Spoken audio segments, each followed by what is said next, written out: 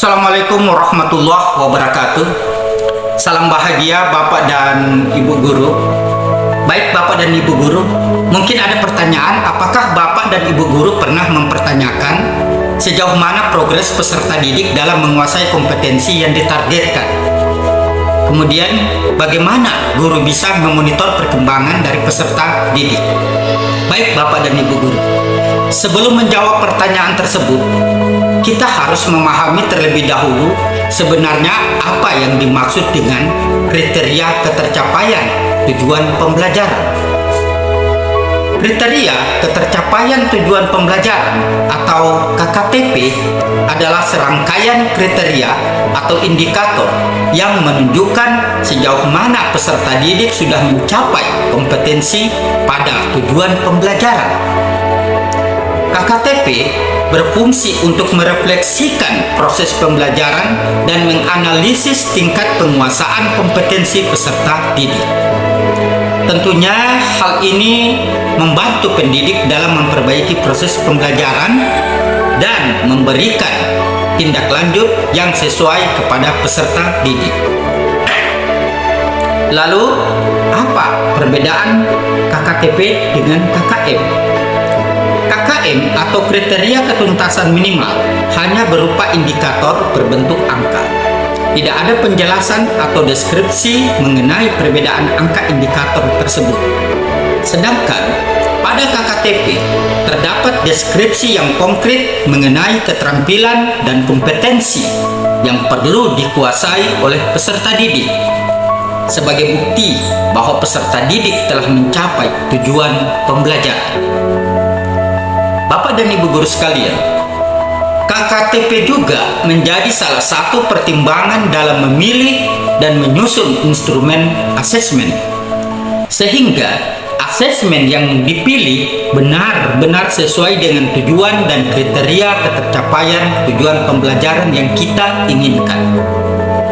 Dalam menentukan KKTP, guru tidak disarankan untuk hanya menggunakan angka mutlak seperti 65, 75, 80, dan 90. Praktik yang paling disarankan adalah menggunakan deskripsi.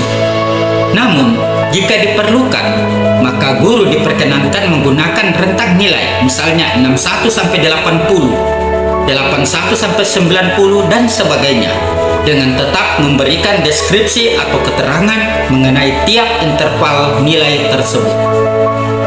Contohnya ada pada rubrik. Ini ada deskripsi yang jelas untuk tiap interval yang ditentukan. Ibu dan Bapak Guru tentunya sudah familiar dengan ragam bentuk asesmen, bukan? Ada asesmen yang dilakukan di awal pembelajaran. Ada asesmen yang dilakukan di tengah proses pembelajaran. Dan ada juga asesmen yang dilakukan di akhir dari proses pembelajaran. Nah, sebenarnya ragam kriteria atau indikator yang tercantum dalam asesmen tersebut sudah dapat dianggap sebagai kriteria ketercapaian tujuan pembelajaran.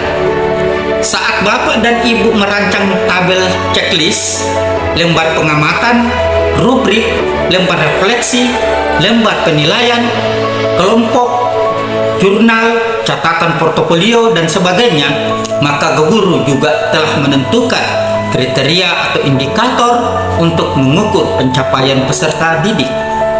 Contohnya pada rubrik berikut ini. Dari rubrik tersebut terlihat ada dua indikator untuk mengukur pencapaian peserta didik. Deskripsi tentang perkembangan peserta didik menjadi lebih terukur dan personal sesuai dengan kemampuan mereka. Jika ada peserta didik yang mencapai nilai sama dengan peserta didik lain, penjelasan dalam laporan hasil belajarnya bisa jadi berbeda. Penjelasannya benar-benar disesuaikan dengan kebutuhan, kemampuan, progres, dan area perkembangan peserta didik. Sedangkan KKM cenderung menyamaratakan kemampuan peserta didik hanya karena mereka memiliki nilai yang sama. Bapak Ibu guru sekalian, bagaimana? Apakah sudah mendapatkan gambaran yang jelas tentang kriteria ketercapaian tujuan pembelajaran?